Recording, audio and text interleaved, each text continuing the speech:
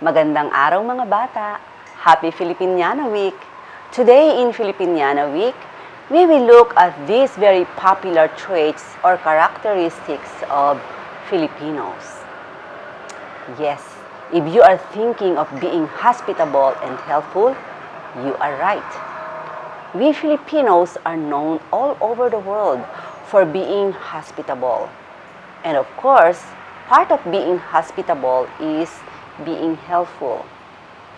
So first, let's look at what the word hospitable means.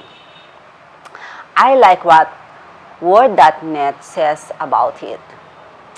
Hospitable and helpful means receiving and entertaining strangers or guests with kindness and without reward, or being kind to strangers and guests. I am reminded of the Bible story, the Good Samaritan. I think this meaning of hospitality is a perfect example of that. And last year, it was one of our chapel lessons with Mr. M.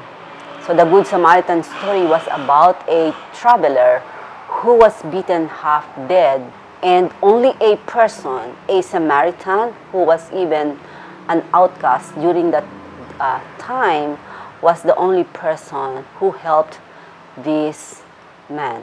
To those of you who might be interested in knowing the Tagalog translation of hospitality, here is Teacher Monet's best translation for it.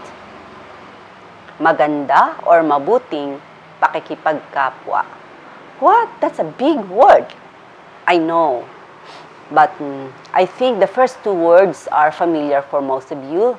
So, maganda means beautiful, mabuti means good, and the only one that's probably unfamiliar for most of you is the word pakikipagkapwa. Pakikipagkapwa means relating with others. The best examples of this magandang pakikipagkapwa of the Filipinos are giving our best to our guests. Whether it is food, space in our house, things that we have like our best plates, our best cups, towels, and linens, we would gladly let our guests have them, even if that would mean the host sleeps on the floor or gets hungry. For as long as our guests are comfortable and well fed, we Filipinos are happy. In the olden days, in the rural area where I grew up in, people that happened to drop by or pass by while we were having a meal will surely be served even if the food is barely enough to go around for each family member. We knew what to do.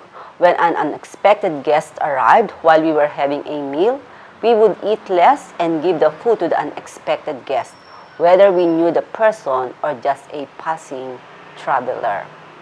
When someone needs something from our backyard like fruits and vegetables, from our kitchen like sugar and salt, they just need to ask, and we are more than happy to give them some. So whether it's a need or a celebration, we share them to our family, friends, and community. There is a strong bond between everyone in the community. We look out for each other. People in the community treat each other like a family. Foreigners who come to visit the Philippines speak of Filipinos going out of their way to help them when lost, or the heartwarming generosity of a Filipino family hosting a visitor in their poverty-stricken home.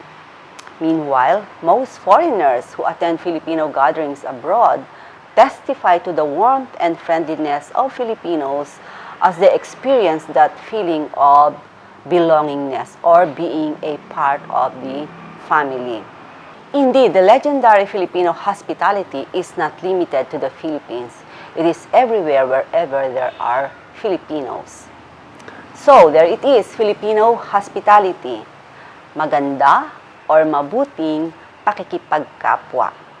Can you try saying it? Pakikipagkapwa. Mabuting pakikipagkapwa. Did you get to say it? Okay. Here are your two I can statements if you choose to do the activity. Okay. 1. I can show hospitality and be helpful the Filipino way. 2. I can show interest in their culture by watching how to make a Filipino dish. I listed some activities for you to choose from. Please do one activity and send me a video of yourself doing it. Your number 2 I can is watch the video of how to make a Filipino dish or dessert. Remember that food is one big part of showing hospitality the Filipino way. Have fun!